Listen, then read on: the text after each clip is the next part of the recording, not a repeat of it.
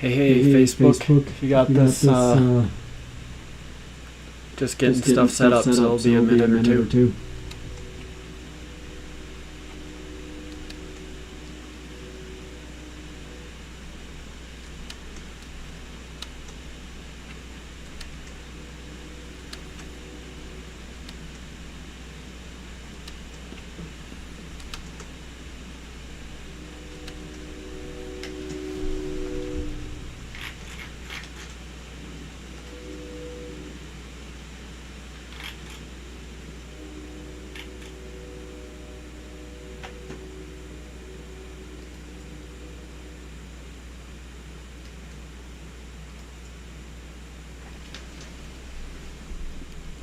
One last thing, working on it.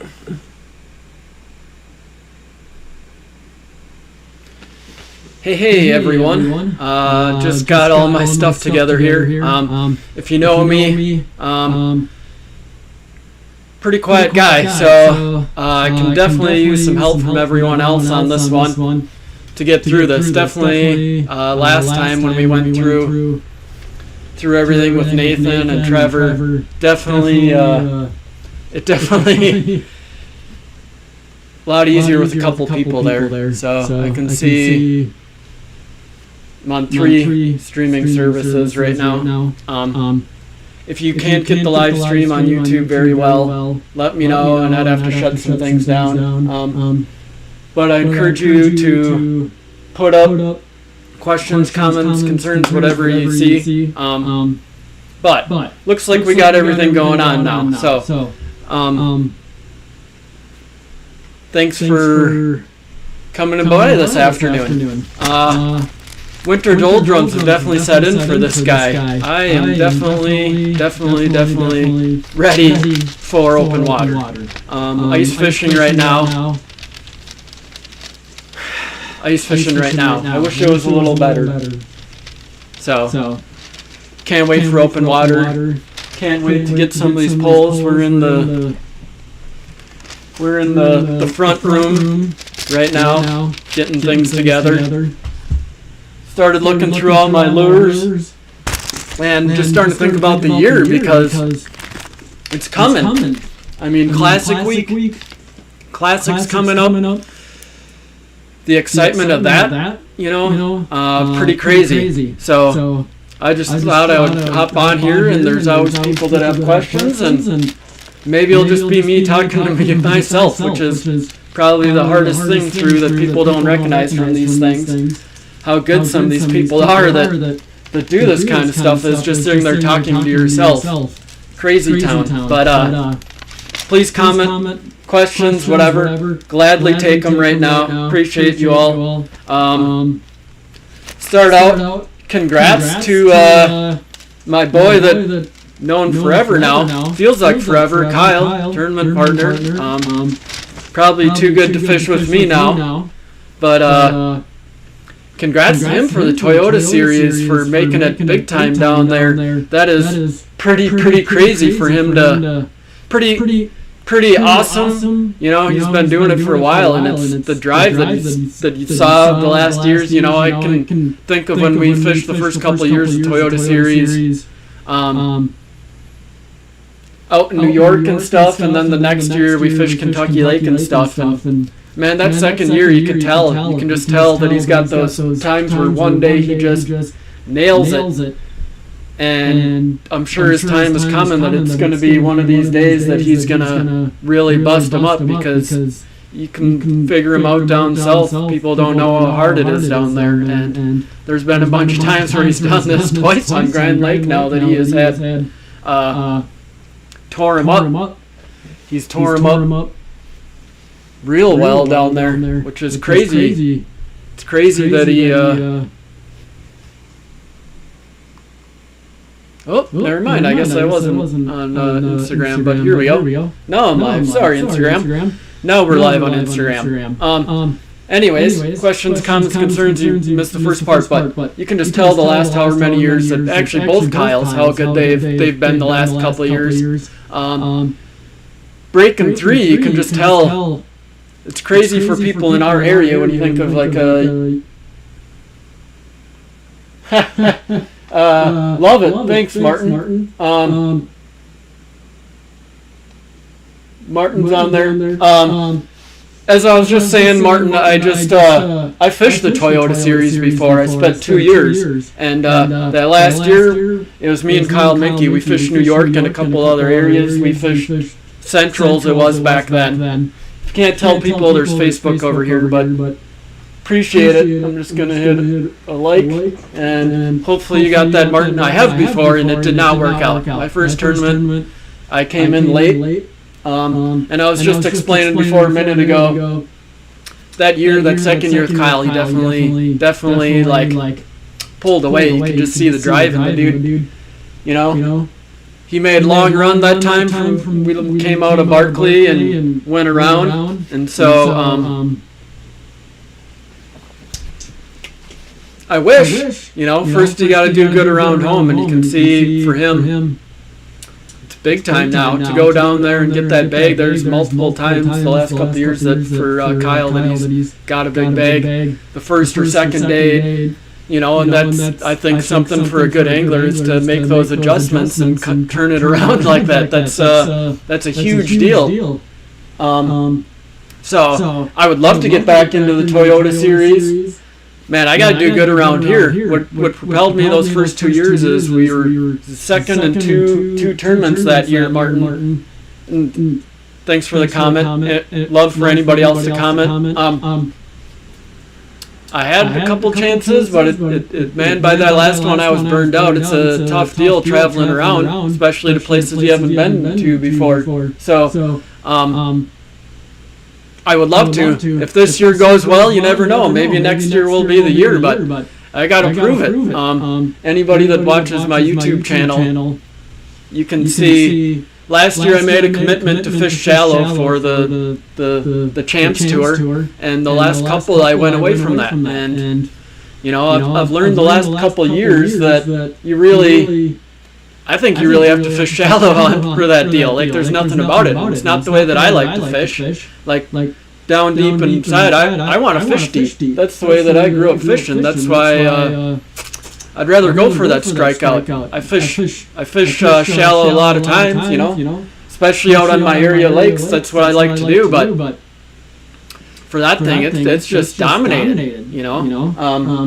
We can get right into it though, but yeah, that's why I haven't done the Toyota Series. I think that I can hang, but man, looking at Kyle the last couple of years just tearing it up for the Toyota Series, I think tearing it up. I mean, you're talking about fishing against people, they're going to their home area and being in the top 10, and that's pretty stand-up, and confidence isn't right there right now that I think you can. You better be doing your best here before you can go and do that. I can tell you that it's one of the hardest things about tournament fishing is that self-doubt that you have. So, like I said, if you can't see the connection very well, let me know. I'll start a different stream for YouTube if it's not going quite right. We're trying this. We're trying a little different deal. If you watched the last one, I lost. I accidentally deleted it from last time. So it's not on my YouTube stream anymore. So it's very unfortunate. But I'm just rambling since it's just me here today. So encourage more comments. Hopefully let me know if it's streaming okay or right or not. I got my camera right here. It may be choppy on some other things. I'd have to do some things. It's kind of an experiment right now.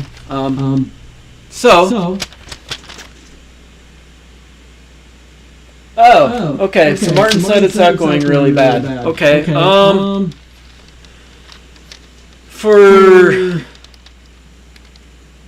I don't know if that's the way things are around here. Maybe try on Instagram, Martin. I don't know if you follow me that, or else maybe on YouTube if you have my YouTube. I'm not for sure how to change that for the echo unless I changed either to Facebook or to Instagram. One or the other if I changed over to that. So, if it's so bad you can't listen to Martin, appreciate you telling me that. If it's so bad, I can try to look at something, but obviously with just me here, it'd be a little bit of downtime. I'd either have to pick Instagram or Facebook to go live and just go. It'd be a little bit. But thank you. Thanks for the comment, man. You've asked me some questions about stuff, Martin. What do you got going on this year? But I'll wait for some more. Awesome. That is good to hear. That's just straight from my phone. Sorry it was choppy on the other one.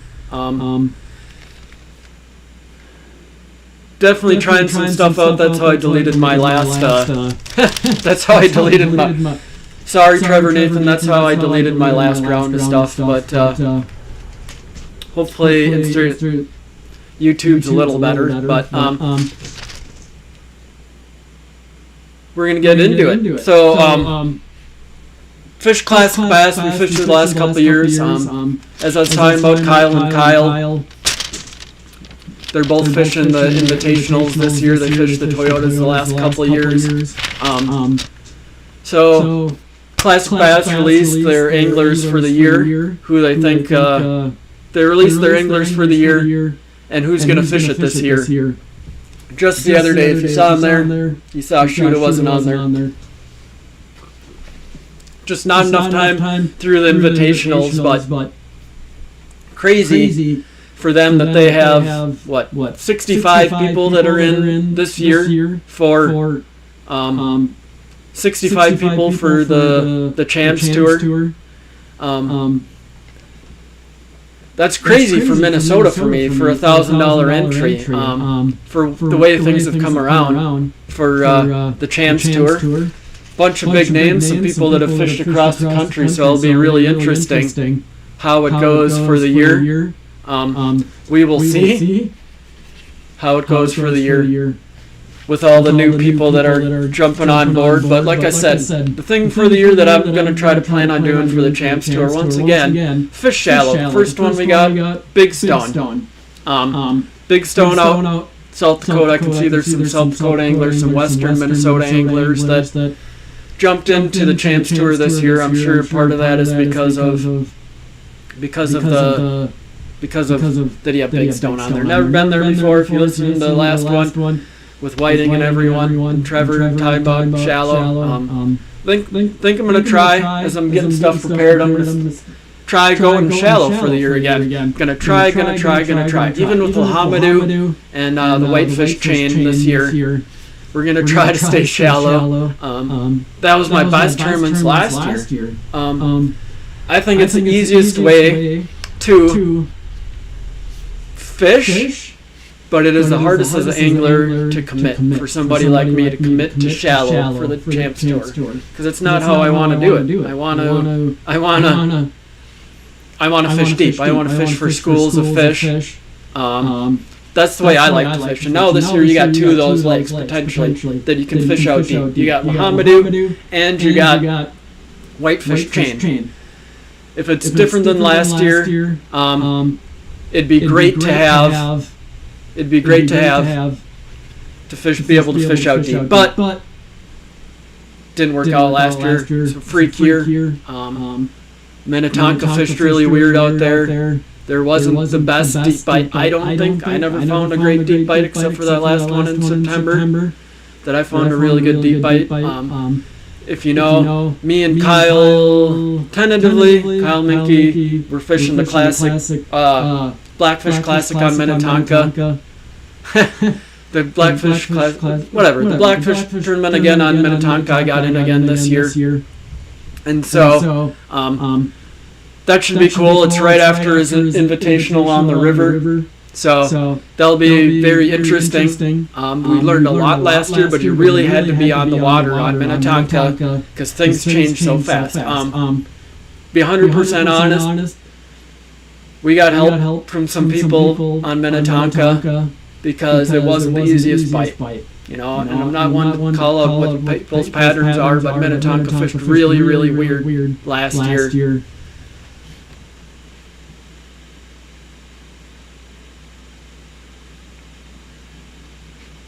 Yep, for sure, Martin. Yeah, you're right. It is. You know, around here, North South Center, great shallow water fishery. Fishing shallow. I was just rambling on about Minnetonka. You know, all these lakes in Minnesota definitely have a shallow bite for sure. Minnetonka. There's a shallow bite there. Lahamadou, whitefish, there's always a shallow bite. You know, even whitefish a couple of years ago, historically a deep water bite. Sounds like not just the year when we were there for the Champs Tour, 2 years ago, or last year, team tournament also didn't go deep. At least for the most part, which is crazy to me. Whitefish has always been like either or in the wind, usually deep, at least for me.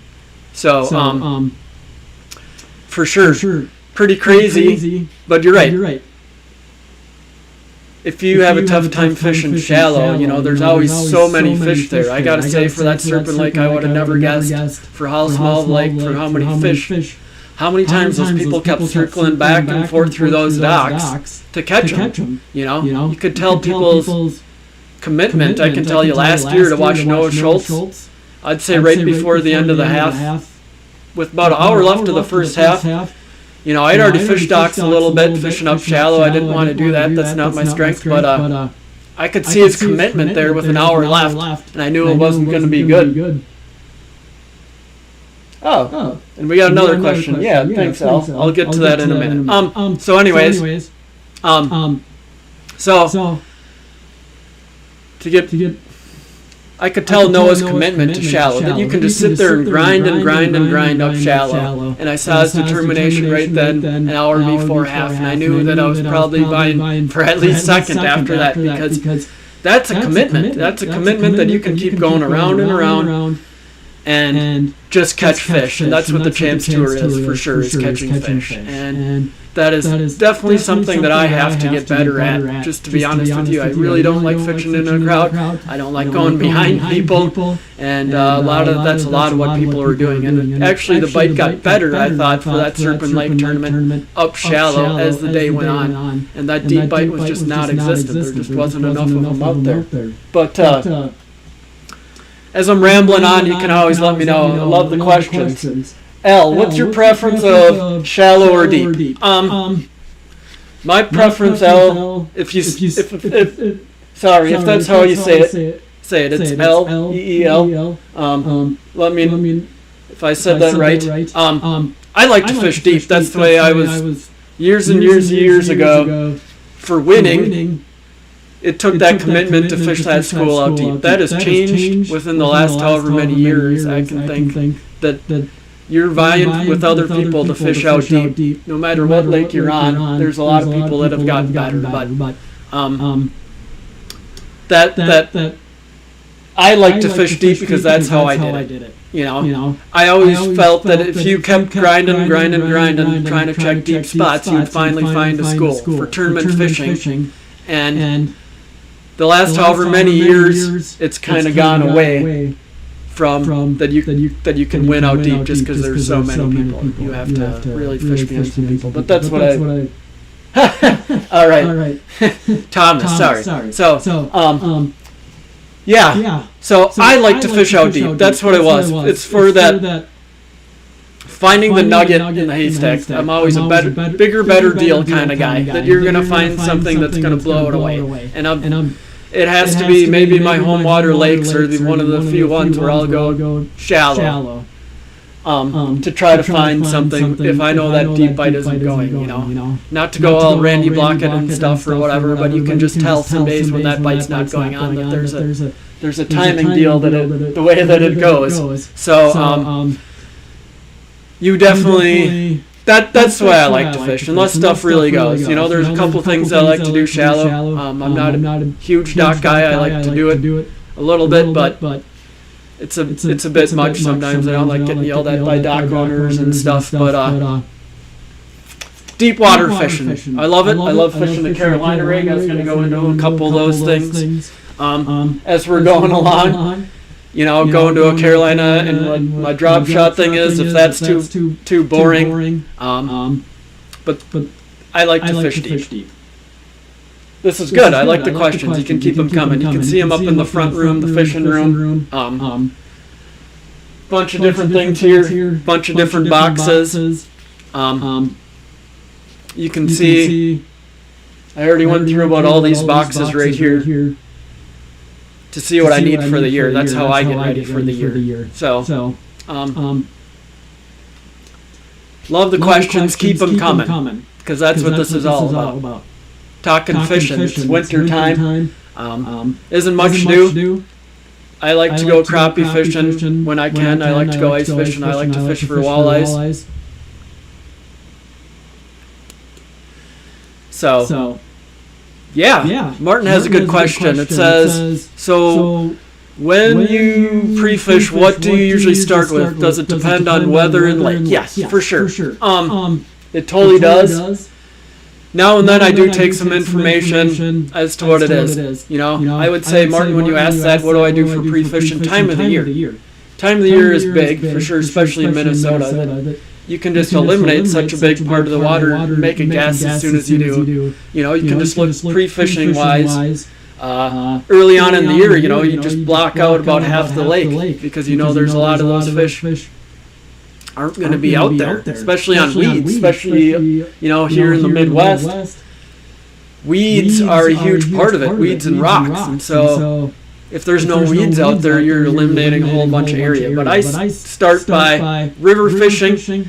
You can just eliminate a whole bunch. So if you're on the river, you're just fishing shallow. At least that's the way it is for me. Unless you get somewhere like Pepin, and Pepin fishes basically like a lake. It is, I was over at Kyle Shuta's house the other day, and we talked about just about the river, and we were just surprised how many fish are in Pepin, and it doesn't fish like the river at all. It really gives people a comfort zone that you can fish out deeper. It fishes more like a lake than what the river does. But river fishing starts shallow right from the bat, and then it depends for the amount of current flow. If you're a river fisherman, if the water's really high, there's a lot they got to get out of the current, and so they're in these back channels behind wing dams. You're just looking, you're eliminating water before you get there. Long dissertation on that one, but that's how I do that river fishing. Lake fishing, if I think the fish aren't pre-spawn, post-spawn, if I think they're post-spawn, I'll go up shallow. And I put a YouTube video out here a little bit ago about what I do early on. I just start shallow just to see how they are. From pre-spawn on, the first thing I want to do is I stay up on the bank and I just look to see what's going on the bank. I waste a lot of time up shallow until about post-spawn, and then I start eliminating water from there. So, springtime, Martin, I start up shallow. As it goes on, it depends on the lake and the water clarity. If the water clarity and the lake is darker and there's not weeds, rocks, docks, they're on cover. So, especially up here in the Midwest, you want to stay on some kind of cover related, which is kind of what we have going on in our area. I'm sure Big Stone fishes the same way, that you just eliminate so much. So it's water clarity, weather doesn't depend as much to me, except for in like the pre-spawnish time. That's how I pre-fish. But I'm learning. The funny part is, me and Minky started fishing a long time ago. I got him to jump into a tournament, and I'd say, he fished with me for the first couple of years, and then after that, it's basically been on him, and we fish a different style. Kyle Shuta fishes a different style as well. I'm way more erratic in the way that I fish for things. I am here, there. When I fish the Toyota Series on Champlain, I fish from the north end, I fish the middle, and I even look down at the bottom, and then at the end, for the last day or two, Kyle Minky had started up in the north end. It helped me out. The fish were spawning and eliminated all that water. But I'm a erratic fisherman. That's just the way that I fish. I think to be consistent, I'm more erratic myself. Kyle fishes a very more consistent game. Phenomenal fisherman. Hoping to have him on one of these days whenever we can get time. We can have him and Kyle on there to talk about how they pre-fish, because I think they are really getting it down. And when they get to their certain part, they just start in a little area where I'm a little bit more erratic. I'm like, somebody went up the river. You know, I'm going to go run up the river and see, just because too much information. You got to kind of pick your thing. And you got to go by time of the year, you know, when you're down on the reservoir. That was a long dissertation, so if you got something more specific, if anybody's got a more specific question, you know, I can ramble on if you can't tell. It's after St. Patrick's Day. I'm having a cocktail, beer, whatever. But I love the feedback. Answer any questions people got for the most part, except for a few things. But back to Classic Bass, I can see couple people jumped on. Very cool. But I'm here for anybody. Yeah, no problem. Any questions? I'm gonna get back. Keep it coming. I'll answer any questions you got. You know, this is what we're about here. It's crazy back in the day. I won't even ask people how things have changed since when they were from a long time ago to what they are today. You know, you would have to go and be friends with somebody and take years of pun, you know. It'd take a long time for that kind of person to give you any kind of information. I wouldn't even go up to anybody to try to ask information. Me and the guy that, me and Reed, is probably not watching, but me and Reed are very much the same, that you learn a lot on your own. But I don't think that furthers you as a fisherman. You have to fish with other people. Nowadays, you got to give up a little bit to get some. So it's the way the fishing is nowadays. But I can see more people jumped on. Any questions? We're just talking fishing, man. Back to the Classic Bass deal. So yeah, I'm just gonna try to stay shallow. I'm gonna try. My dad's traveling with me again this year for the Champs Tour, and so we'll be back Champs Tour again. Going along, camping again. We got Big Stone booked out. We're going to stay with Reed at Sounds Lake for Lahamadou. He lives just off the way. And Whitefish, I got to book that one too. Camping once again with my dad. It's actually been really good. It's been a fun time the last however many years doing that together. I'd love to get back in the Toyotas. I'd love to try to do some more, but you got to do good around home. And this will be a different year. Not to switch topics, but fishing the greenhorns again. Me and my buddy Rick's jumping in this year. There's a bunch of hammers that are jumping in again. I don't like to say hammers, but there's a bunch of really good fishermen that are jumping into that Wednesdays this year. And I don't have Kyle to lean on this year again. For the greenhorns. So we'll see how me and Rick do. I'm usually hit or miss. Jump in, not usually as consistent. The guy's absolutely rock solid, if you can't tell that from his finishes, how he's been doing on tour. So hopefully we can just hang with everyone else, but it sounds like some people with Frankie's kind of not being able to do the Tuesdays again this year, that there's some people that jumped into those Greenhorn Wednesdays, and it's going to be real interesting how that goes. It's going to be pretty good field, and that's what you want. You want some competition out there. We won Team of the Year the last couple of years, and possibility if Mickey has a chance. He said that him or Shuda said he had a chance. He may jump in one if me and Kyle can't fish one of them. So we got the Greenhorns. Their schedule for this year is also like totally shallow water deal. It's really a shallow water deal again. So it's definitely going to be interesting to try to keep up with it. The last couple of years we got really fortunate on Green Lake that we hit it right during the time for those Wednesdays.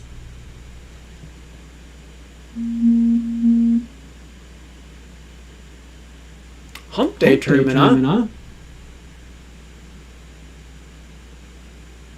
I don't know what that is. You're going to have to explain more, Martin. But that'd be cool.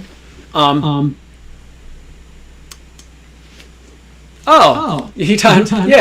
You're doing the Greenhorn Advance. If you're doing the Greenhorn Advance, yeah, that should be a good time. You're going to have to Depends if you're doing the Greenhorn Wednesdays or the advance. If you're in the advance, yeah, man, come on, say hi. Okay. Yep. All right. So, to be honest with you, we had to hear grief the last couple of years, but Greenhorn actually does a really good job, I think, for their tournaments.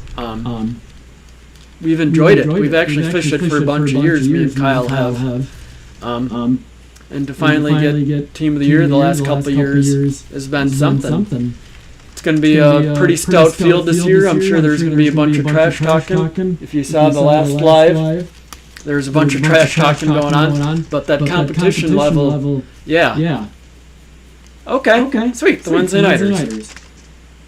So yeah, we got those. And so, I don't know what the Wednesday night, if you're just fishing the regular Greenhorns with their schedules, but we're fishing the advanced again. Shallow water for most of them. I think there's like Forest Lake, which recently has been a deeper bite, but there's always been a consistent shallow water one from Forest Lake, so it's going to be interesting. Going to stay in shallow for the Greenhorn Advanced to do that, and then also that for the Greenhorn Advanced, the championships on Cross-Pokegama. Not a lot of deep water options there. A lot of shallow water fishing for that one. So that one should be real interesting for that Tournament of Champions. How me and Jubes can do fishing shallow. Not necessarily our strong suit, but we're gonna have to go there and grind with all those hammers. And I don't got Trevor this year to come in for one and hammer him out. Super fortunate.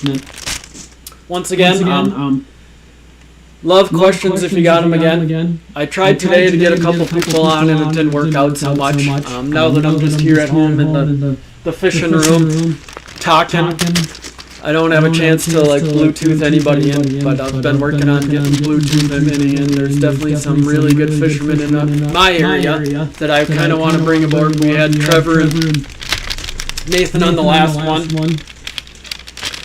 There's some other people that I want to showcase and hopefully pick their brains because you can just see how Minnesota anglers are doing nationwide almost now. You can see, I fished against Austin Felix and fighters and stuff like that in the Tonka Wednesdays, or the Tonka Mondays back in the day, and I think we're starting to show out. You can see there's a bunch of people at the Toyota Series down there in Grand Lake, and how Kyle have done the last however many years on Grand Lake and some of those Ozark Lakes. And I think that's testament to the competition around here. Some good fishing, even though we got some shallow water lakes. There's some really good fishermen around here. So anyways, that's me rattling on. Sure, everybody's getting sick of hearing that, but invite any questions. I'm here. Martin, that should be a good time. I hope to see you on the water. I hope you and your son do good for the Wednesdays. If you're just fishing the regular Greenhorns, let me know what their schedule is. That'd be interesting to see. I haven't looked at that one. I really just got into the fishing mood. It's kind of why I got this podcast together. I started going through my tackle. Started going. Next is going through my rods and stuff to figure out for the year what I got to do, because I realized that I got to start getting stuff together. As of right now, I'm just wanted to get a different boat once again this year, but I don't think so. We got to get out of this rental house. You can see me in here. So we're probably keeping the boat again. We got to figure out some batteries to get her together. And as of right now, I just got live scope. Maybe we'll put 360 on. Maybe we'll put perspective to make it a double whammy on there. But definitely you can see live scope coming into play. I'm not for sure in Minnesota how much it's going to play. Not for sure how much it's going to play in any of the tournaments I'm going to fish this year. But you got to do what you can for an advantage. You can just see, just talking about live scope, when you listen to somebody like Moya talking about, he does everything that he can to be competitive, to stay in front of everyone else. For sure, you got to have your advantage. Sometimes it is live scope, 360. There's so many different things that a person has to do try to stay advantage of everyone else. Right now, that's what it is. You can definitely pick off a couple extra fish if that's the way. If you like to fish that way. It's funny, I followed the Toyota series since Kyle was down there fishing that one. Listen to Randy Blockett complain about Live Scope, his classic deal of complaining about Live Scope, and it's just like as a guy that's supposed to be making money fishing and whatnot, it's just crazy to me that he won't take advantage of that. Even when I first saw Live Scope how long ago, I feel bad that I didn't try. I never realized the advantages, but there is. You always got to be looking for an advantage out there. How to get the best you can to be the most competitive. If that's a bait, if that's like a better mindset, if that's Live Scope technology. You can see how much technology is advanced everything. Whether it's Live Scope mapping. Side imaging, I got a YouTube coming out here either this week, a couple of weeks from now, about learning side imaging, how it helps you out, how it helps out as a tournament angler. Side imaging is a huge deal to help you out. Still, you have to run side imaging for sure. So it's very important. It's very important getting the right tune for side imaging. Again, feel free to keep asking questions.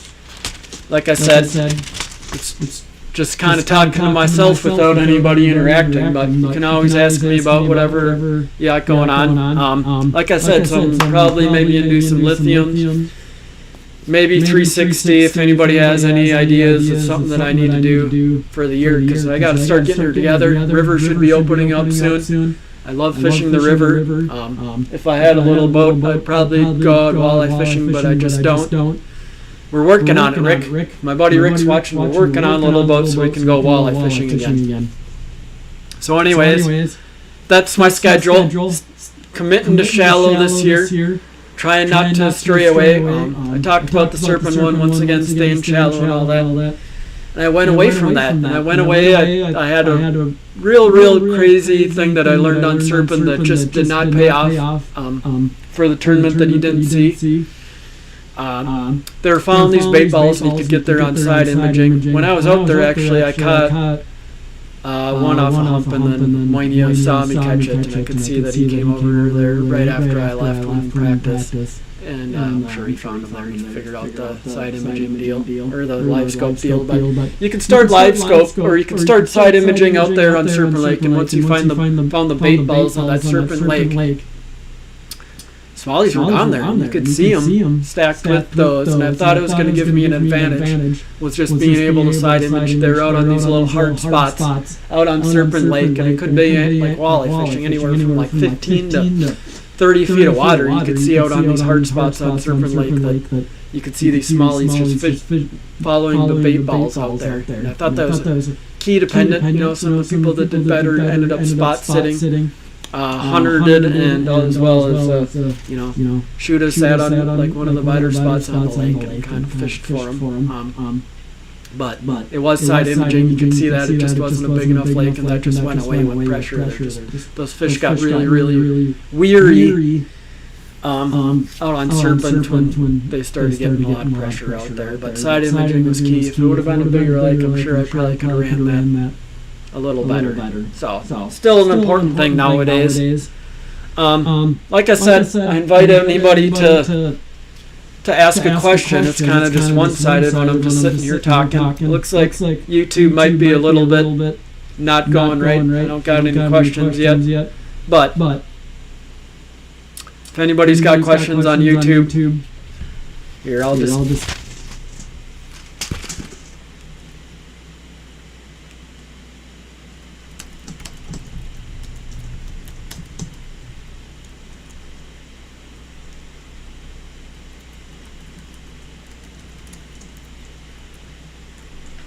But we are working for. We are working on some more people, and possibly getting some people in here from my area to talk about, to do some live. Kind of kind of enjoy this, man. I kind of enjoy talking fishing, whatever anything anybody else has to say. But I'm gonna. No, there's no questions right now. I'm just gonna go over. Funny part is, I do get questions now and then about what do I use for rods. I do use St. Croix just because that's what I. Back in the day, they were one of the few ones that you could actually trade in. Or if you broke it, you just had to pay money. Now I think everybody's come around to that. But this is just my drop shot. It's like my confidence that I have nowadays. 100%. I really love throwing a drop shot. I have confidence I can really cover water with the drop shot. I actually pre-fish a bunch with it nowadays because I can cover. Thanks, Perry. Shallow for me, Perry is like probably like pad fishing, dock fishing. I guess not 100%. I know you're a big time shallow guy. I think we fished some of the lakes up here, same area. For me, it's 5 or less, depending on the lake, especially the time of year. Dock fishing, pad fishing, whatever it is. That's what I consider shallow. Maybe not as shallow as you. Pretty sure you're a big frog guy and whatnot. Respond back to me. What do you think? What you think shallow is? To me, it is. Pad fishing, dock fishing, 5 feet or shallower. The river, it'd be a lot shallower than that. There's a little bit of a delay, so I'll have to wait a minute. But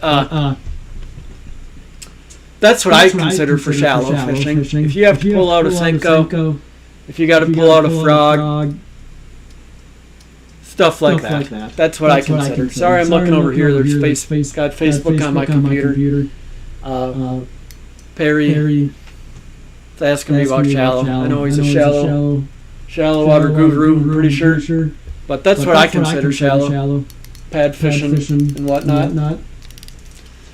Dock fishing. Some lakes that's a little bit deeper than others. But I'll wait for Perry to respond. I know he's a fishing nut, so thanks for watching. So yeah, I usually use just St. Croix just because they had a deal. This one's just a 6.9 medium light. St. Croix have a little harder tip than a lot of other rods do. So I definitely go with just a nice, what is this? 2000, 3000 spinning reel. A good one. But it's 6.9 medium light. Drop shot. I can cover water quite pretty well with this, at least, but that's part of the deal is having confidence in what you're fishing. If you have confidence, for sure, it's definitely a good deal. That's for me. Definitely, I just run 15-pound braid to I go straight 10-pound fluoro. Not fancy enough for the FG, not just uni to uni, not for me.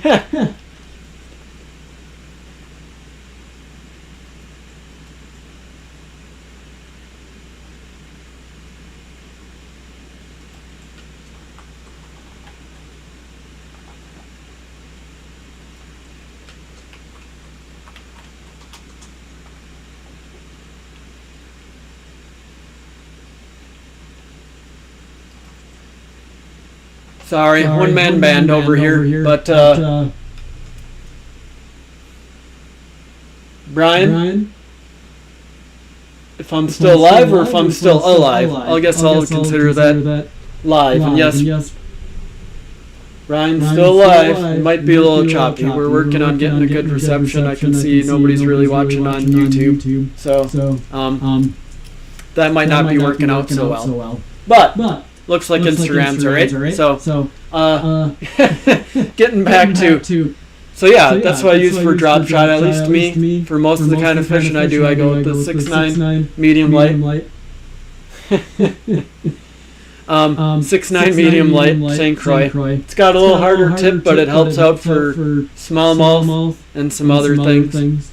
I go with the 10-pound fluoro. I thought it's interesting that, when we talk about Kyle, he grew up in the walleye world, and he's definitely used lighter fluoro for me for tough occasions. He's went to lighter fluoro a lot of the time to get stuff together.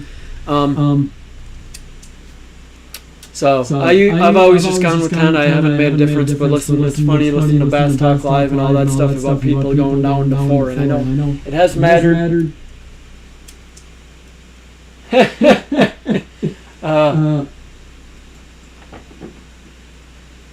Sorry. It's like I said, one-man band. I'm just kind of responding to some people as I'm going along.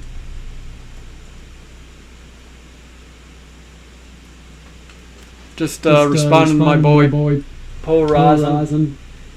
But me being a one-man band, I'm kind of going back and forth. So I got Facebook on this computer, so I'm just trying to keep everything together.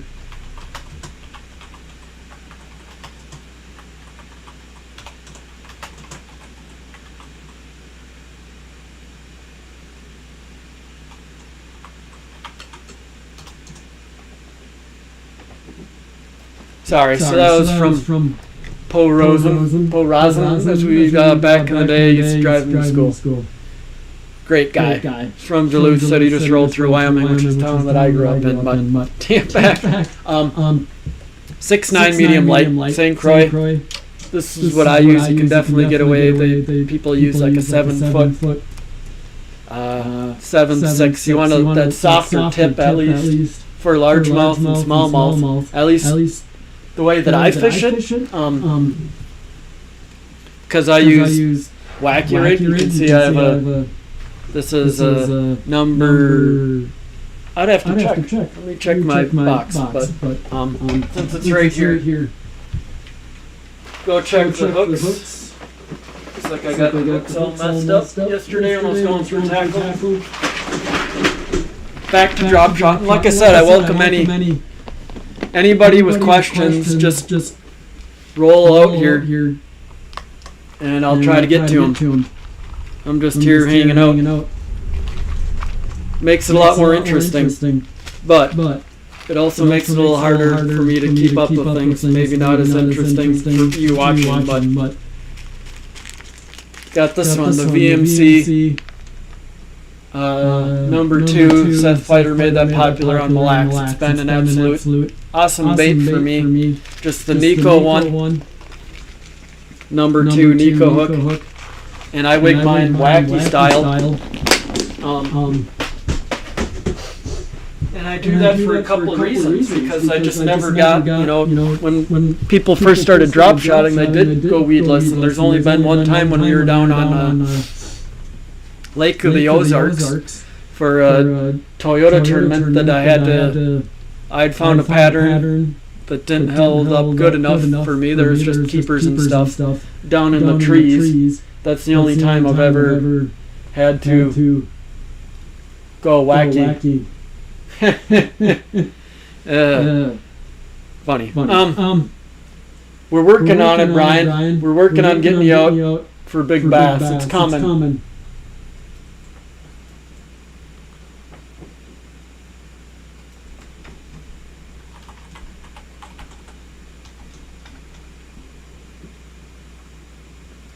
So sorry. Going back to things. Just a number two. Only down, like I said, down at that Lake of the Ozarks tournament. I had keyed in. It was like keyed in on these brush piles in like 20 to 30 feet towards the dam. I don't know if it was the best pattern, but you could keep keepers. That's the only time I've had to go weedless, and I did struggle catching fish because you couldn't whack your rig. On this little hook right here, going wacky style, which is what I use most times. So you can get away with like a lighter tip on your rod. And I just noticed when I was out there,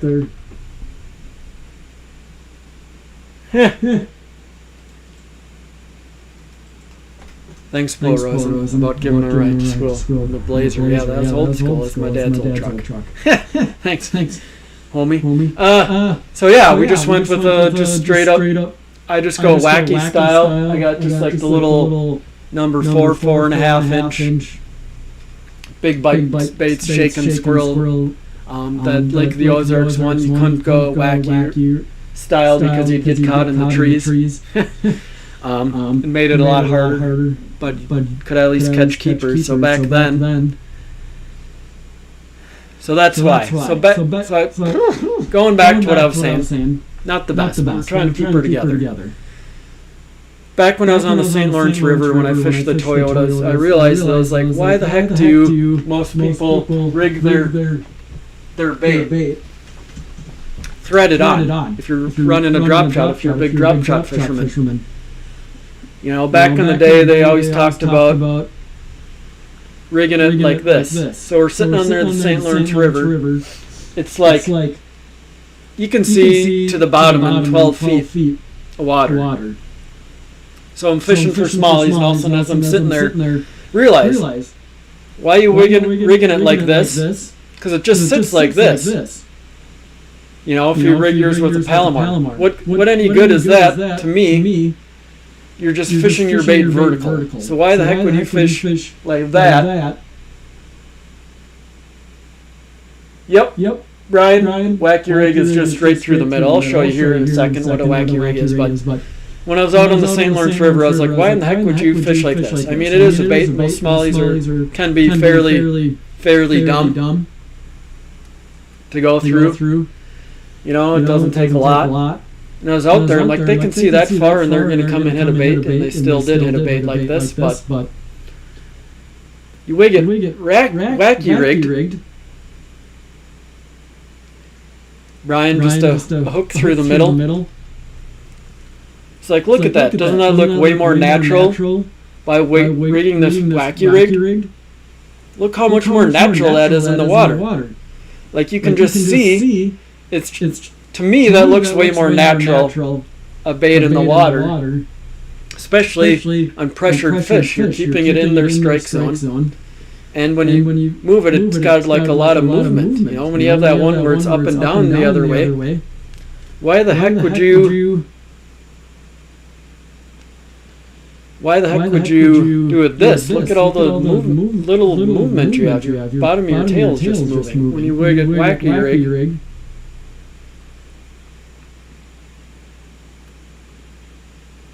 it's like this. Come on now. To me, that has so much more action when you shake your rod tip like this.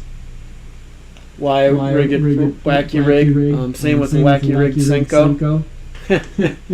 Loving the comments. Facebook's love it, even with the choppy feet or whatever. Thanks, guys. Super appreciate it.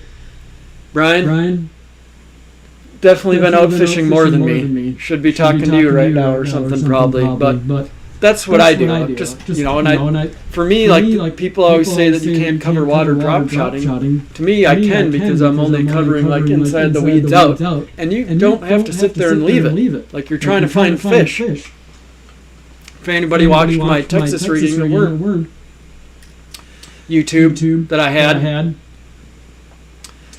When I had that Texas rigging room, that's all about finding fish. We're just covering water. So that's my drop shot deal. That's the way I read it. Now, if you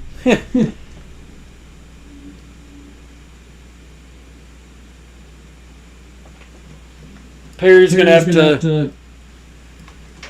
to explain more on that one.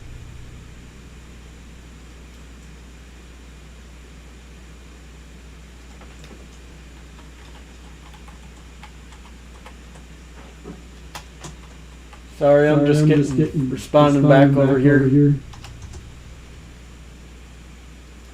Just waiting. Perry asked, floating bait is different. I was just trying to get what he meant by that. But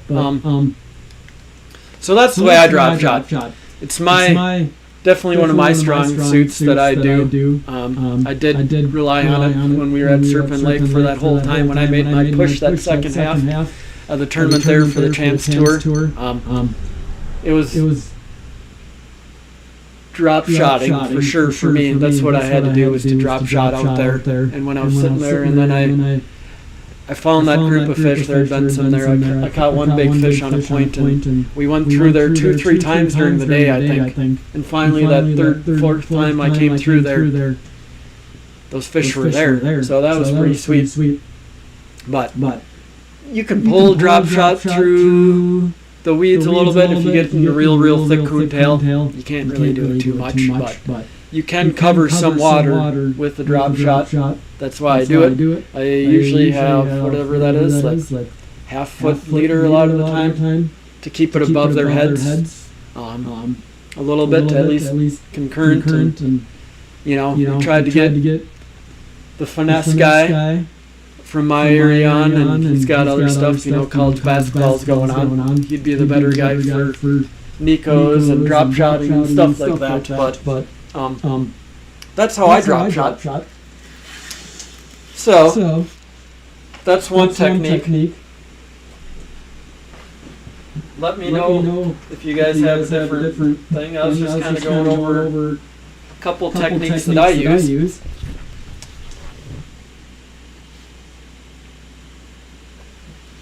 On here,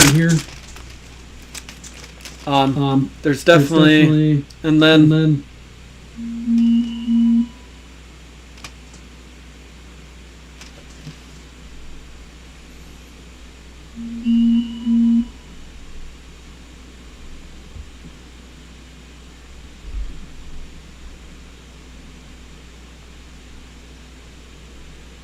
got a little love from our boy that helped us out last time. Trevor, you talking about YouTube or Facebook? Question mark? Sorry about that, everyone.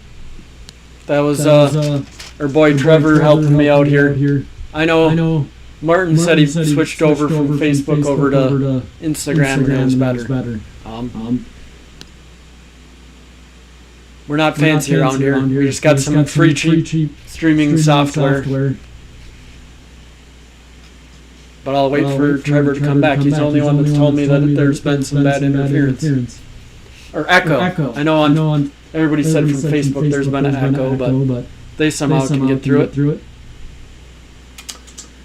I need more devices to stream on more things. We're not fancy. But the other thing I was going to talk about that people don't do around here a lot is about covering water would be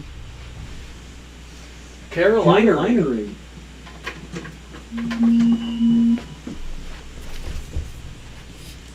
Oh, that's not good. Okay. Trevor said it was on YouTube. That's not good. If everybody wants to give me a minute, I'll see if I can fix that. It might not be able to on YouTube. We were trying a little bit of a stream. I think I'd lose my Facebook feed if I switch over. Let me think here.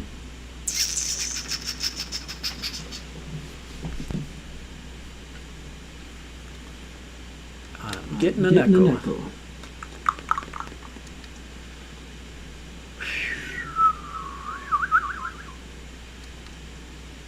Sorry, everyone. It'll be a minute.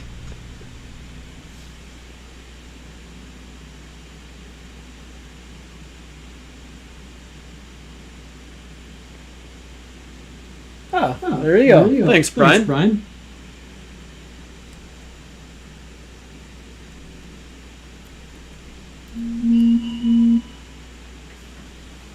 Thanks, Trevor. So only on YouTube am I losing out, is what he said. Let's see, I got the volume down. But I appreciate it. We're trying to get this down together.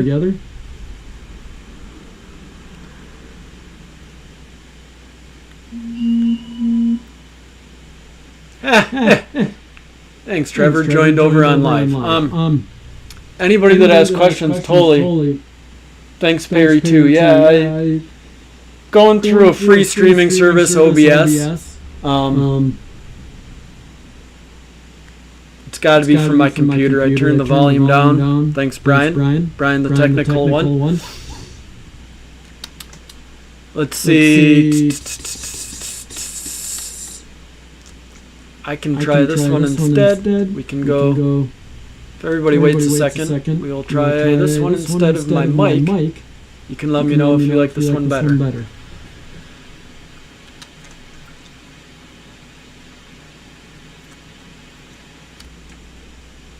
It's gonna suck for a second, people. Just give me a minute.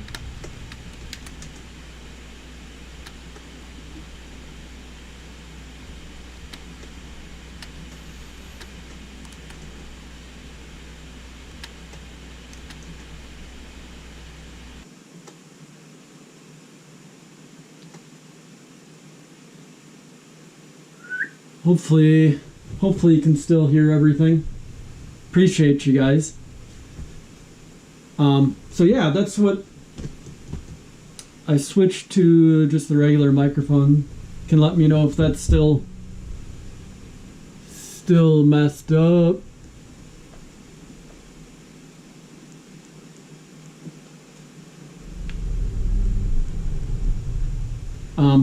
So yeah. So next we're working on things. So we switched over mics.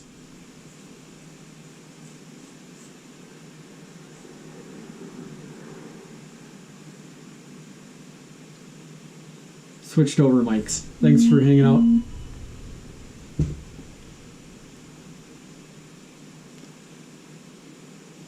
Heck yeah, man. Thanks. So I got this fancy microphone. Apparently didn't do so hot.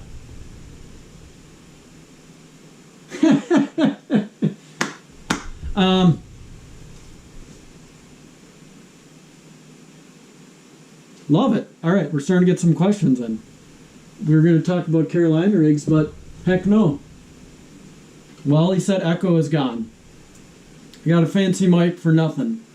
So, we're just using the computer mic now. Love it, guys. I love the questions. Jig talk. We'll grab the... Let's see. We got a couple of jig boxes here. What would you like to hear about, Perry, or what do you guys like to talk about? Since Trevor's on here, if he's still on here, he definitely doesn't want me to talk about jigs, but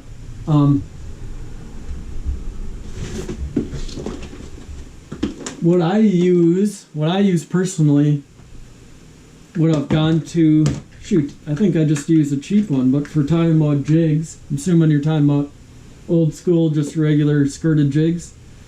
What the heck? I'm trying to think kind of hooks, but now that I've went to braid on most of my rods and stuff, I've started using like the Hackney big hooks and stuff like that, if you guys can see that. The big Hackney hooks. And when you're pad fishing and stuff, still, as much as I love pad fishing, Perry, we got a jig nut out there. Even with this, I still have problems. Like, I still have problems hooking them. I do normally like trim it off a little bit. I think what I'm gonna have to do next year is, I've always tried to set the hook when I'm in the pads, try to get them out. I think I just got to set the hook and leave them there, because a lot of times they get caught up on the ped stems and it doesn't work out so well. So, for jig talk, but I normally go with like this. Right now, off the top of my head, I can't think of who makes it, but to be honest with you, the normal jig that I used is this like super sunfish colored one. If you guys can see that. That's what I normally do. You know, here in Minnesota, upper Midwest, they have just like this really natural bluegill looking jig with like an orange trailer. I've used that for a bunch of years now. Back in the day, there used to be a lot of people that used the old school black and blue ones, what I would call the old balls ones, because whenever we'd fish a tournament against some people that always be throwing what we would call, Jubes is on here, the old balls black and blue jig. But I've just went way more natural in Minnesota on that kind of stuff. Using like a green pumpkin, either with like a little bit of orange or a little bit of yellow on the jig. Makes it look like a bluegill, for sure. That's definitely, this is my 3/8 ounce jig box. That's a good one. Perry, were you talking about mushroom heads or shaky heads? Finesse jigs, 1/2 ounce. But I will say, I got my weedless jig box here too. Which, the funny part is, when you talk about trying to advance your fishing, about trying to go to more stuff, it's funny how stuff comes back around again. This old school football head, last couple of years has come back around. The old football skirted head that came out, Moynia style. Actually, after Moynia. Yeah, Perry, he's an old school jig fisherman. Nice. He's looking for a little skirted. So yeah, just a little bit of the old school football head guy. He's actually come around. You want to know why? Because nobody throws it anymore. Stuff comes around. It's kind of one of those things, when people ask, they're like, well, we knew that spot was good, but we haven't tried it in a bunch of years. That's kind of the stuff that I keep in the back of my head for what I do a lot of time, is I go to check a lot of stuff from a long time ago that you personally have confidence in. It may not always be the deal, but that's definitely, it goes along the same way as when new stuff comes in. Old stuff that used to be good a long time ago also comes back around. You have to kind of keep some of that stuff in your back pocket, that it never completely goes out of fashion. But yeah, that's my football one. Usually I use like a 3/4, and then on my pressured area lakes, I think we've been throwing 1/2 ounce for the football head lately, the last couple of years, so you slow down. You gotta fish it pretty slow anyways.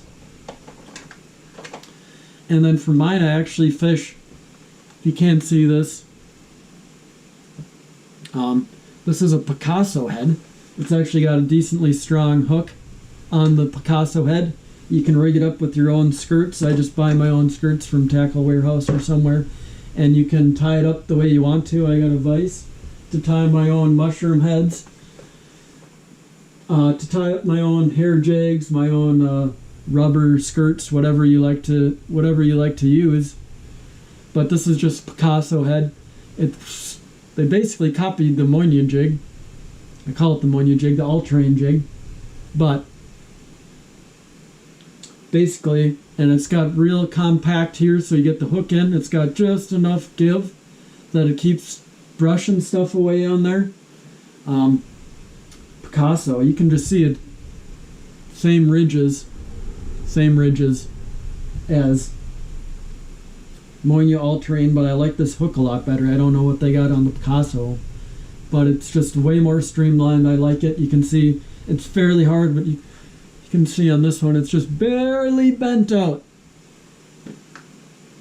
But yeah, that's what I do. So, good question, Perry. Skirt. I wish I used it more now. I don't fish enough once. Probably this year when I got to go fishing again. Skipping docks and all that good stuff. Fishing pads.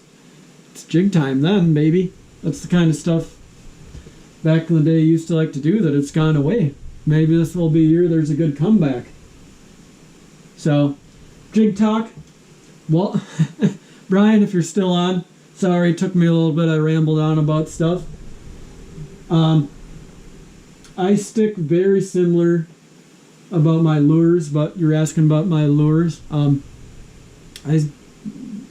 Yes, I very much go with lures, what I use. I do use a lot of plastics nowadays. When you asked, so Brian said, do you stick basically the same lures or use plastic, lizard, spiders, etc.? Yeah, I use a bunch of different soft plastics. If you watch my YouTube, oh, looks like YouTube's having a little problems keeping up, but hold on a second. I do use plastics a lot of times. Oh, dropping stuff. I do use plastics a lot of times when I'm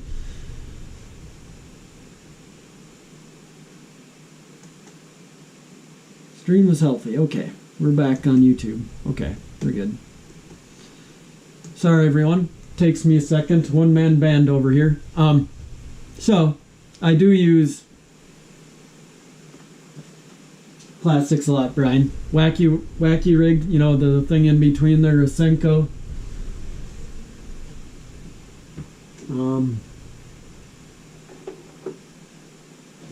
As I think the saying always that plastics more during the summer and stuff for bed fishing and stuff like that.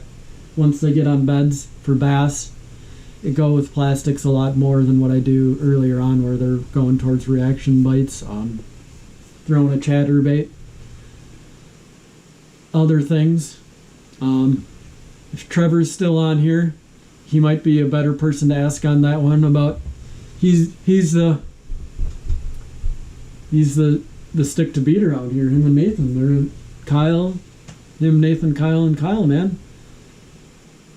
Sorry if I left anybody out. I guess, you know, there's a couple other people, Denny and some of those other guys are the guys to beat, but we'll see if he responds or if he's still watching, but he'd be the good one to ask about the plastics. But for me, it's basically from bed fishing on.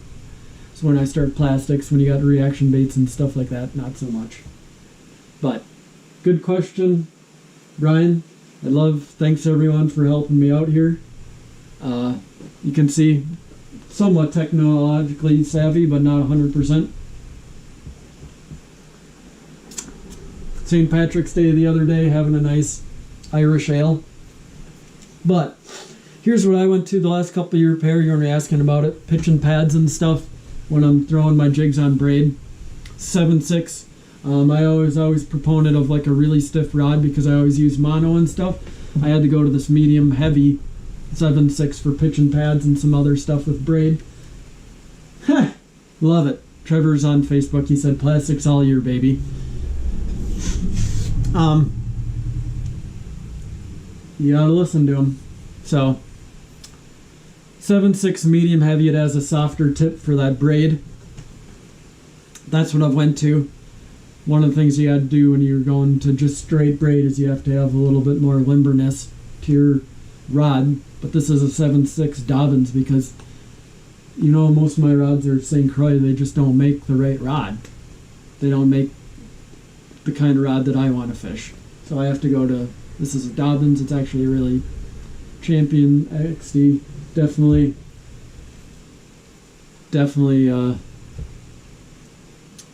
what I use for this. So this one limber rod got like 65 pound braid. You gotta go with a little limber rod. I love it. I love the, thanks for all the comments everyone. We're just going through some stuff. Definitely makes it more enjoyable listening to everybody go through on here to participate, because that's what it's about. If nobody has any more questions, I'm just going to go back. So, Carolina rigging. It's actually something I do fairly about just covering water. And you can actually use it as a secondary one, which you don't always see as people watch our YouTube videos, how much we throw it. One of the things about when you're on a school of fish is throwing different baits, and how often we have thrown, I guess, whatever, how often we've thrown a Carolina rig as like a backup bait, which you don't think about a Carolina rig as a backup bait, but it is a backup bait. Throw it quite a bit when you're sitting on a school of fish. Throw a Carolina rig for me would just be mono to like a pretty long fluoro leader, but we've done that a bunch. If you watch my YouTube videos, there's a bunch of ones where you can see me and Kyle been out on some weeds and stuff, and it was like a backup bait that we throw Carolina rig, and that's kind of what you gotta do. You gotta give them a different offering to have them bite. And so Carolina rig's one of them. This one's another St. Croix. It's you guys can see that. This is a 7.3 medium heavy, a little bit softer for tip, but it's got kind of more, it's got some backbone to it. So it's a 7.3. It can feel really good. This is the Legend Tournament ones. It's an older one. You can see they've went through like a million different handles since this one, but the thing's been rock solid. Sensitivity's not the best because you can see it's still telescoping, but it doesn't matter because you can still feel good enough on this one. So Carolina rigging, 7.3 rod, that's what I use. You want a little bit better of a tip, but you gotta have way backbone because when you set the hook from a long ways away, you want to get it. You're covering water. What I do is like I said, I usually use a pretty long leader to go with it. Can't really tell you the bait that I use, but some people can tell it's got some appendages, but it's definitely way more versatile. You can cover some ground with that Carolina rig than what you would guess. I actually use this as my hook. Since I usually set the hook hard, I got to go with a heavier hook on here. This is a 2-aught VMC HD worm hook. 2-aught is more like a 3-aught Inagami, but it's a lot stronger. I really want a strong hook for my Carolina rig because when you set the hook from a long ways away, you really got to give them the gusto.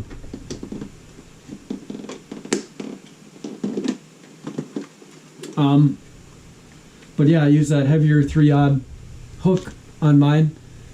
Trevor was asking about the mono. Love it, man. Wish you could have joined in today, but it's all good. But he's listening now, so thanks, Trevor. Love the comment. Trevor said, do you think a mono leader is important for a sea rig? Maybe it makes the bait float easier? Question mark. You ever try putting a little foam or on your rig or bait? To be honest with you, I've thought about that before.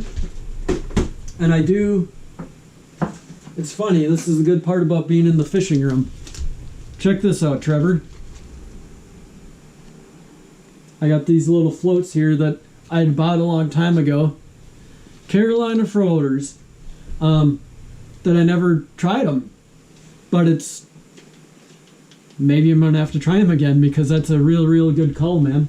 I very well might have to try that next year to float it up. That'd be maybe like a little bit of a sneakier way to go and try. I bought them a long time ago. I think I usually just use a bait with more appendages to hopefully keep it up a little bit and to give it some action. Because definitely when you move it, bait goes right down without like a float on there. The mono thing, obviously, it falls slightly slower if that matters. Usually, I think a lot of the times it's just like a different look, and since I use such a long leader, it takes a while to get down, and so when I pull it, I think it's like just slithering along the bottom. But the way our lakes are, there's definitely an in-between zone. You can see live scope and stuff went by that, so that's a very good call to possibly with that little float or whatever, if you want to try one this summer. Hammer or stick over there, you can definitely try one of those little floaters. That'd be interesting. That'd probably fit into your style, that mid-range one. Pull it a little bit and see if it actually holds the bait up. That'd be I love the idea, man. But yeah, that's at least for me, it's just like another, for the baits I use, it's usually just crawling along the bottom for my Carolina rig, because I'm not like this down south where you like pull it way up and like let it drop back down. I'm usually just like side pull, and I think it just moves a little bit and then comes down. I think it is just like real close to the bottom, and it's not like floating way up. But for like the pressured lakes around here in Minnesota right now, that'd be real interesting to have a floater like that. So that's a good call, Trevor. I like the idea. If you didn't know, we had Trevor on last time. He's got a new boat.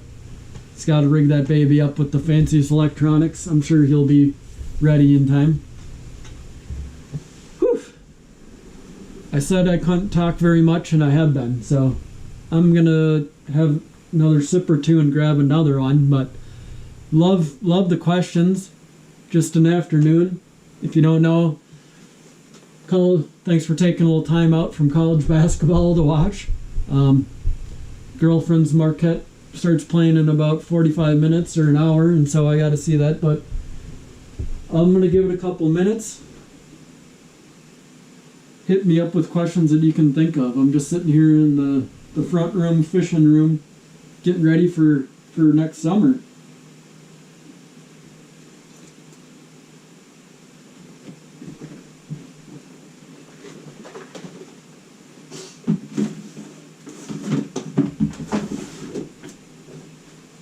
So yeah, with the Carolina rig, just going with that 7.3 rod.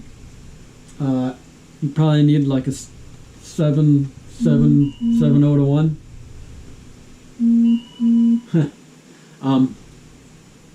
7.0 reel to catch up line, because I don't really let it sit there southern style. I want it to always move a little bit. And tell we live in a little house, but you're just pulling it a little bit to the side at a time, just dragging it. At least that's the way I do, trying to keep it moving. That's the way that I roll. So as you're dragging that thing, you're just slowly going along, trying to keep it going. It's like a different kind of bait. Rocks, I definitely use it. You can cover water with. And then the other one that I use as secondary is going with weeds. Weeds is kind of like the sleeper in things. You know, Carolina rig's been around forever. It doesn't get thrown too much. Once again, it's an old school bait. Maybe I'm an old school guy. And that makes up for some things. But that's how I see rig. What else we got going on? What else? People got to have more questions. Like I said last time, I'm trying to get some stuff together to focus on some of our anglers in the area. Especially, they're doing super good. I guess the other one I was going to talk about was cranking, which, you know, let's see. We'll have to give some other people a chance what they think. You guys got me talking, so was working on a YouTube video actually that's coming. Thanks, Perry.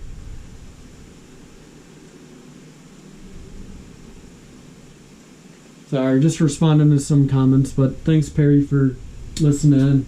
Good luck to you too, man. Good luck on the water. Hopefully we'll see you out there. Just talking about cranking. I got a video coming out fall time. Every year, I think, just like the Carolina rig and stuff, I always think that with the Carolina rig that it's going to go away. You know, that they're no longer used anymore. But fall time, summertime, springtime, cranking is like still a big deal. Like, you know, I mean, I fish with some guys that they still crank a bunch. So I've been working on my video of usually in the fall time cranking. This is just like a 7-foot composite rod with a 6.5, 6.3 to 1. This is what I use. It's actually a Powell. I don't even know if they make this rod anymore, but it's composite. It's got graphite with a little bit of fiberglass, so it's not 100% whippy like one of the fiberglass deals, but cranking's still alive, man. Like, every time I think that it's going away, still big, especially down south around here. Weeds kind of gets overshadowed nowadays that people crank anymore. It's a big deal. I always, you know, the spot sitting and all that stuff, such a prevalence, but there's, you know, For the Chance Tour a couple of years ago, I had a decent first half, and I was cranking down there.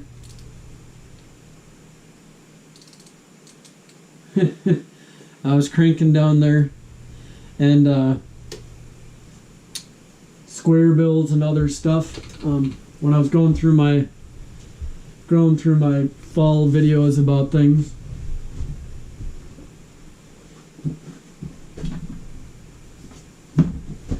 I'll go off camera. But once again, here we are just hanging out.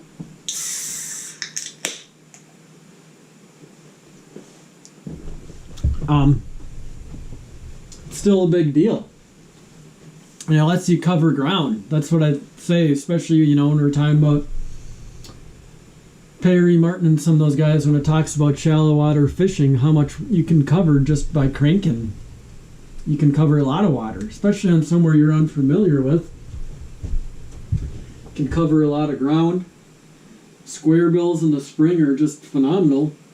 Anytime you're looking for pre-spawn fish to square bill, big deal. Like I actually rely on it a lot. If you've watched some of my YouTube videos of Kiss Your Bass tournament, even on the little private lake down the road, catch a bunch of fish square billing. It's a pretty good bait. Springtime, pre-spawn, you can cover a lot of water. We just don't get a lot of that window here in Minnesota for throwing that square bill. Anytime those fish get up on those shallower flats in the fall too, square bill plays big time. I use a rod like this. I also go with the, you can see back in the corner there's a 7.6 Powell that's a little bit, lets you chuck your bait a little bit farther. You can really toss one on the 7.6 Powell for bigger baits. It's pretty unreal. So I'm just yammering on. If anybody's got questions, love to hear them. Like I said, we're just kind of here kicking time, fielding some questions. Love to hear it. It's what it's all about. Right? How Canadian Minnesota sound was that? That's what it's all about. This is when you get bigger baits like DT 16s. I go with the 7.6 rod compared to the 7-footer. When you don't gotta be as accurate. When you need to be more accurate, you can truck a little bit better on that 7-foot rod. That's what I like to do. At least the cranking, but I will show you on my video coming out.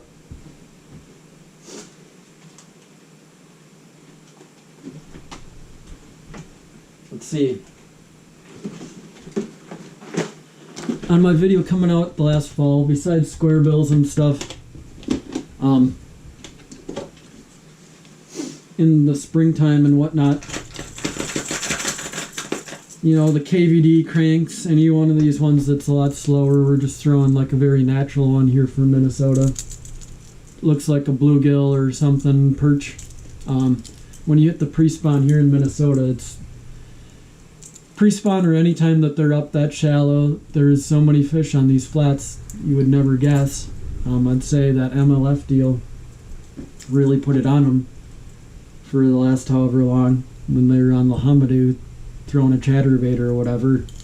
You can definitely find some fish when they're active throwing the square bill. Like I said, I'm on a 7-foot rod. And then what my video had, the other bait that I was throwing that it doesn't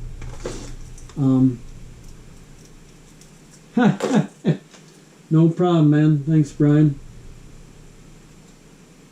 Thanks for hanging out. I appreciate it. I love the comments. I've been rambling on for a while, but this is a Lucky Strike G. I think it's a G5. I've been throwing this the last couple of years in the fall. It's kind of like a knockoff of a wigglewort. You can see it's got the same shape. The only thing that it has, I think I have an original wigglewort in here. It's may even be the same mold. I don't know. There we go, there's some of the originals. They say that it's the same mold, but what it has, look at that, that's so similar. The bill's slightly different, but when I've been throwing it in the fall, it goes a little deeper. And the big thing that it has is, what they like about the old Wiggleworts is that it has that hunting action. So it's got a wobble, and then now and then you have to go a little slower than a lot when you're going with this guy. But it'll, once in a while, as you're going slower with it, it has a problem tracking. So it'll be like you'll go and then you'll just feel it kick to the side or something slightly. That's what it has different than, like, I love my DTs that they just run straight, they run true for the most part for me. But when you're cranking this one, I really enjoy, just because in the fall you're going slower, and that it has that hunting, or it kind of kicks off a little bit. That's the G5, like at their Missouri or wherever they're at. You can see this one's got a bunch of paint taken off of it, but the G5 gets a little deeper than like a DT6, and it has that hunting action to it, which is, it's a little something different. No rattles, but it's just slightly different, which is what you want nowadays, especially after you've fished for a while, is to go change things up by doing that. So that's kind of what I do for cranking. But yeah, also, like, staple of mine all the time, if people are still listening, you go with the DT6. I mean, I use that so much, especially in the fall. Tossing that DT6 down there. Stays true. When you get off a weed, it really kind of gets reaction straight, because it's like that G5. It's got a little bit more of a loose wiggle. It kind of comes through a little bit better. This one's like comes in hard, and then when you get it off a weed, it's got a more,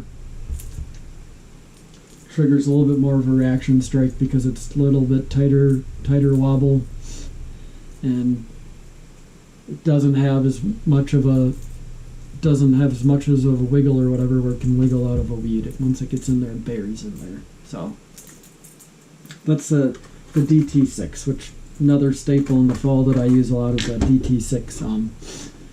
Color not 100%. When I was out on Thousand Islands for those smallmouth up on flats, one of the patterns I had was just rolling with this just shad color DT6. The smallies up there up on the flats were actually hitting that thing. I fished tournament day like that. So that's that one. Any more questions from anybody else? We've kind of gone over some of the things that we do for the year. Appreciate everyone chiming in. But yeah, cranking's not dead. Love cranking. Like I said, I go with it's a big deal.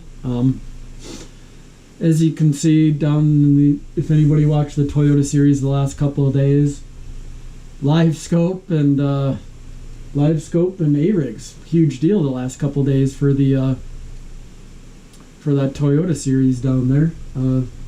Can't wait to talk to Kyle to see how it went, what he had to do, but it sounded like basically everybody that came across the stage had the same thing going on, which we don't get a whole lot of that here in Minnesota, except for smallies, really. Not like the largemouth down there, but people have been slinging those things on Mille Lacs and some of these other smallie lakes for quite a few years now, and it works. So I usually go with like a heavier rod. I can tell you, when we fished the Toyota series down on Table Rock, which people up in Minnesota don't 100% realize this, is how much the fish move compared to what they are down south where they're bait fish related. I can tell you, I think me, Kyle, and Kyle were all in the top 40 the first day jerk baiting down on Table Rock in the spring. And second day it got a little what was it? It was like a bluebird day, and the fish just dropped down from where they were in the water column. They were, and you had to throw an A-rig, and my co-angler in the back absolutely tore them up, throwing that A-rig for all these like fish that started to suspend even more than what they were for that other stuff. There were so many that suspended, and my co-angler caught 3 or 4 that day, and I caught 0. I caught 0 fish the second day after weighing in 5 super easy on a jerkbait. That those fish just dropped down with the bait, and like those higher bluebird skies, they were a little less active. That was crazy. A-rigs just like really provokes those fish that are like in that water column, and they drop down a little bit. You just slow down slightly and you can get it back in that cover zone. It's so much heavier than some things. It's a lot easier. You can see it's just so easy to see on LiveScope for everyone that you have this giant ball, especially in spring pre-spawn. But any questions? Love them. I'd love more questions for anybody that's got them. We're here just talking about spring, talking about what's going on. That's some of my techniques that I use. If you got any questions on anything else, I kind of just went over what I got going on for the Champs Tour that I'm going to try stay shallow. Got a few things to do to the boat, but we'll have LiveScope and maybe 360 and some stuff on it. We fishing for the year, it's just Greenhorn Wednesdays, Champs Tour, and Blackfish on Minnetonka. It's about all we got going on for the year. So what's everybody else fishing?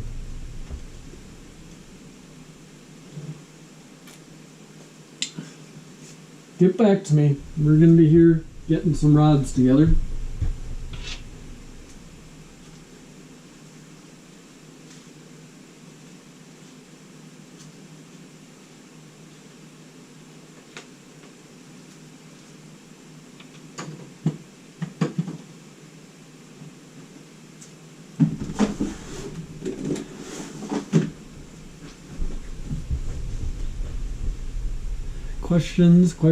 Questions? Anyone?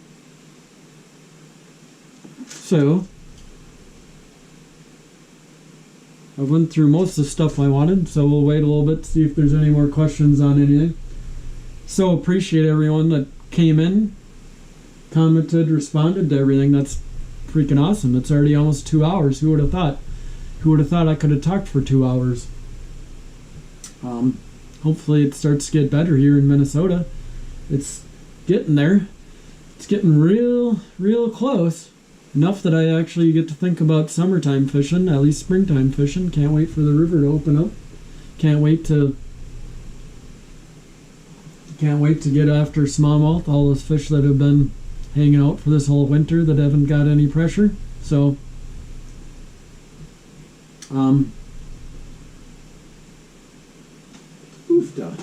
we're looking. Got a bunch of comments though. I so appreciate it all. People are very cool response from everyone. Some old school people. Poe Rosen coming in talking about the good old days back with the Blazer driving him to school. So yeah, just kind of waiting. Nobody has too many more comments. We'll probably wrap it up if you heard enough of me talking.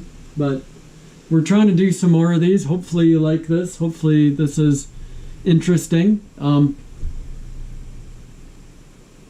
Love it. If anybody has questions about hummingbird graphs and stuff like that, you can always ask me. It's super hard to stay current on everything. Stuff changes so much on graphs. Like I said, I've been running the Helix for quite a while. I got a YouTube video coming out here real soon on just kind of understanding your side imaging. So if anybody has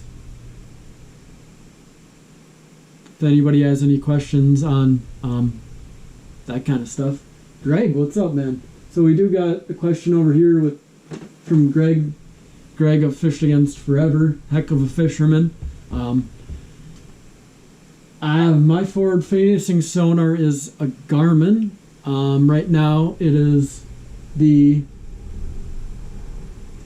Let me see. It's right here on my ice fishing stuff. But I have the Garmin. I have the new deucer on it. Sorry, everyone. Give me a second.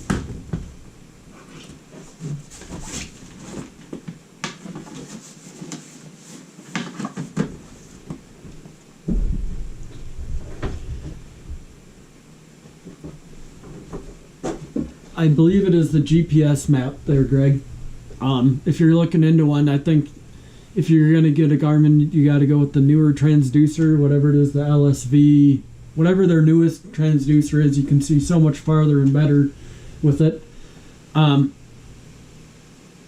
think it's the distance and clarity is what makes the difference between just in your image you get. Sorry, that was a little long dissertation. Lowrance has a really good one right now too. If you get the active target, I don't know if you can get the active target 2 right now, but if you want, you got to get one of those. The old school Garmin that they've came out with, you can only see maybe like 30 feet really good, which is what I've been running on ice fishing. You can see farther out as long as you get your stuff dialed in right. But it comes up more blurry. It's kind of like a side imaging deal that you have to really know what you're doing for those farther images to really get them. But if you just get the newer deucer, you can definitely see better and farther out on that new forward-facing sonar. Obviously, I fish with Minky and stuff. He's phenomenal with his forward-facing sonar. He runs with the Lowrance active target. I'm not for sure if he has the active target 2 right now. If him and Shuta both have the active target 2, if they can even get their hands on it right now, I'm not for sure. But active target, you can still see out pretty far with that. If you were already running a Lowrance, I think if you ran the active, you have to run the active target's pretty good. Depends on your graphs. The most current ones are basically, you can see out farther and you can see a lot better. Now, and that's at least what I know of. Is that what you're looking at, Greg? You can just respond. I'm just looking at Facebook, trying to answer questions that anybody has. We're just kicking it here. This is me. If you can't handle me talking, then that's fine. But trying to keep up with everyone, trying to make it entertaining. But I'll field any questions, Greg. So yeah, I would say if whatever graph you have, I thought you had hummingbirds before. I think there's probably not as good as what I've heard as the hummingbirds compared to stuff. I could be wrong. Maybe they've come out with some better stuff now. But I'm running a Garmin. I think it's the GPS map. It has its pixel count is just about the same as a Lowrance Live. So that was a big part. Garmin does make like a really, really fancy one, but from what I can tell, a lot of people don't use that one, and it's like twice as much. But I think you can get, there's a bunch of deals on some stuff, whatever you could get for a deal. If you can get like the active target, just like since they have active target 2 now, if you can just get a regular active target, I think you'll be completely fine. You can see pretty far out there enough. Like I said, I think that's what Kyle's got on his boat right now. Double Kyle's. Actually, that's a lie. I was at Shuta's house the other day, and he had Shuta had the active target 2 sitting there, so he's gaming up, which is good because I think their next tournament's on Ufall. Hey, we got a question now from Katie. I had messaged Denny to come over here, but they got big basketball people. They're not here. It says, what is your favorite blade to fluoro knot? My favorite one is the uni to uni knot. Super easy. I'm not fancy enough. I haven't taken the time to learn the FG knot. So My favorite one is just the uni to uni. Fortunately, one of the problems you have with the uni to uni is like when you're throwing lighter baits for crappies, or if you're throwing the little hair jig and stuff like that, the uni to uni not catches in your guides a lot, especially if you have like what I got, my one rod back there that doesn't come through the best. Yeah, it's all good. She said sorry couldn't be there, no problem. You got people that entertain. It's basketball time. Gotcha. Gotta watch Marquette game soon. It catches in your guides. That'd be one of the biggest reasons to go to the FG knot instead of the uni to uni knot, is to go with the FG, so you don't get all that slap in your guides compared to the uni to uni knot. There's a lot of times that my line gets a lot of abrasion, like right where you have your uni to uni goes together, where you go from braid to fluoro on there, like the biggest thing, which happens at least on drop shots.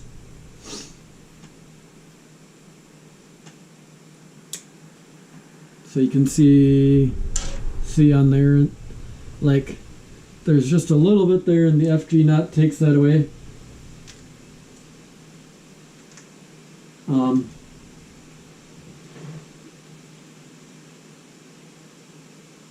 So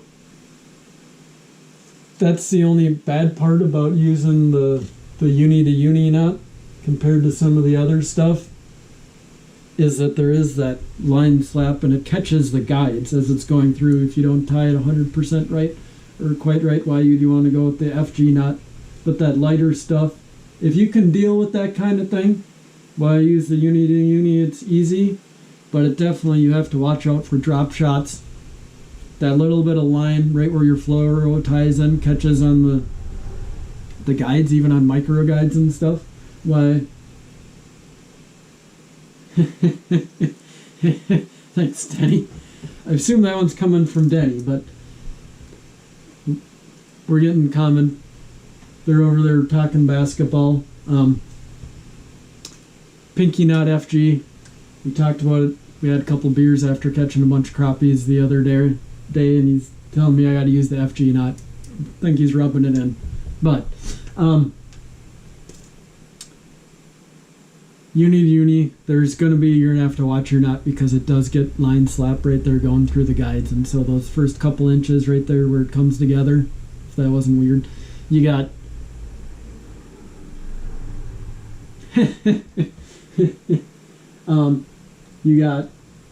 you get some rubbing, and you got to watch that little area there when you're using uni to uni or anything that's not a FG knot where you put your fluoro to braid, because it does matter a lot. It's an unfortunate part of it, but if you want to go with fluoro, I mean, you go with the braid to fluoro, like on my drop shot, that's all I use now. Barely have to change line, but that's thanks. And then Greg said, yep, he is a Humminbird guy, and that's what I thought. Says, I went with the Mega Live Ice Bundle, and we'll move it to the front of the boat here in the next few months. Thanks. That's, if you have like a certain brand or whatever, for sure. It's easier, we all only got a certain amount of money that you can spend on your electronics and everything you put in the boat. So if you just go with like a whatever you already have there, if you have Humminbird, you can probably live with that. You might not get 100%, it might not be as sensitive, it may not be quite as good as some of the other brands, but you won't have to spend $3,000 compared to just investing $1,500 into it. You can probably see good enough, from what I know of. It at least looks closer to the old Garmin, or maybe in between. So, I hope you like it, Greg. For smallies, you almost have to. Hopefully, not for sure how much it's going to play in our area lakes. I think, you should be able to get out bites doing it. Crappies for sure. Like, I put a few videos on my YouTube channel of fall crappies. spring crappies, and I think like crappies is like one of the big reasons for having the live scope if you're in Minnesota. Smallmouth and crappies is just like the deal is to have that for smallmouth and crappies. It's such a huge deal, especially for springtime crappies, to be able to pick them out. It's pretty key. If you're a crappie nut, I think you have to have live. It's pretty huge. 360. I don't know how much they come up on a 360. Maybe in the fall you can see some groups just like on side imaging, but I think you have to have that 360, or you have to have the live compared to a 360 in Minnesota. So yeah.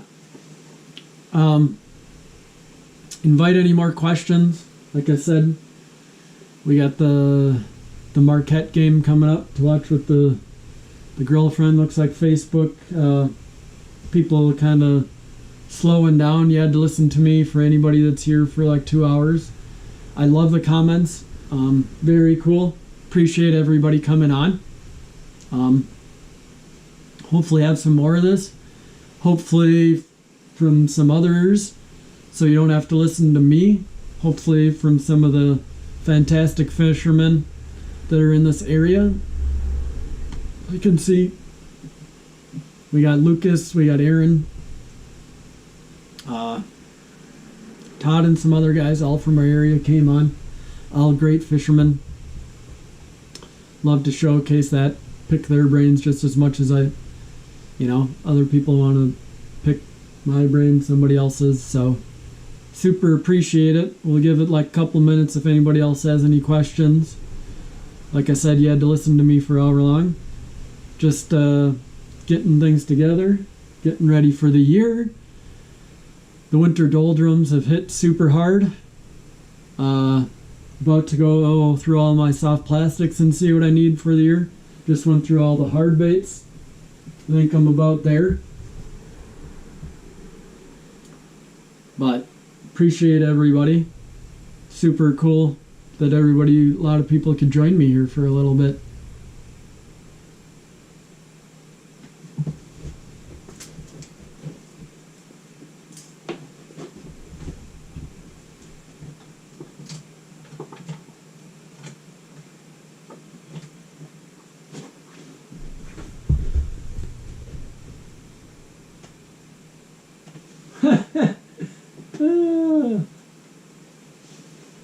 Thanks, Greg.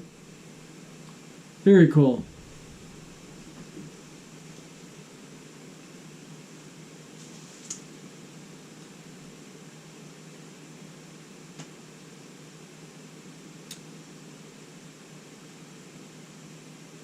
I think Greg said about that we're about good. Everybody's had enough of me, so we'll give her a little bit longer. Marquette game starts soon, so we got about a minute. If everybody's good, then I'm good. Give her like 45 seconds, a minute if nobody's got anything else. No trash talk to say. Just Denny through Katie.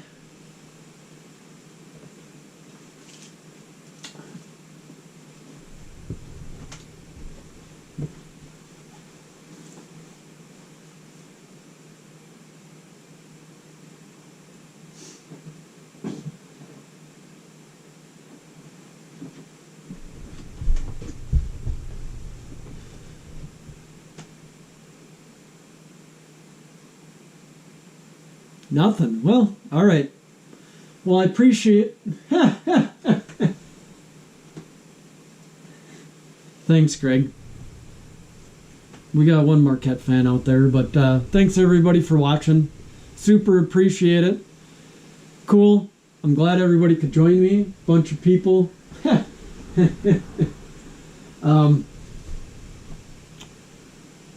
Glad everybody could join me. Very cool. Good to hear from everyone. Definitely super welcoming, warming to hear from everyone. You know, technology's there today that we can do this kind of thing. It's good to hear from them. We got some YouTube videos coming out soon.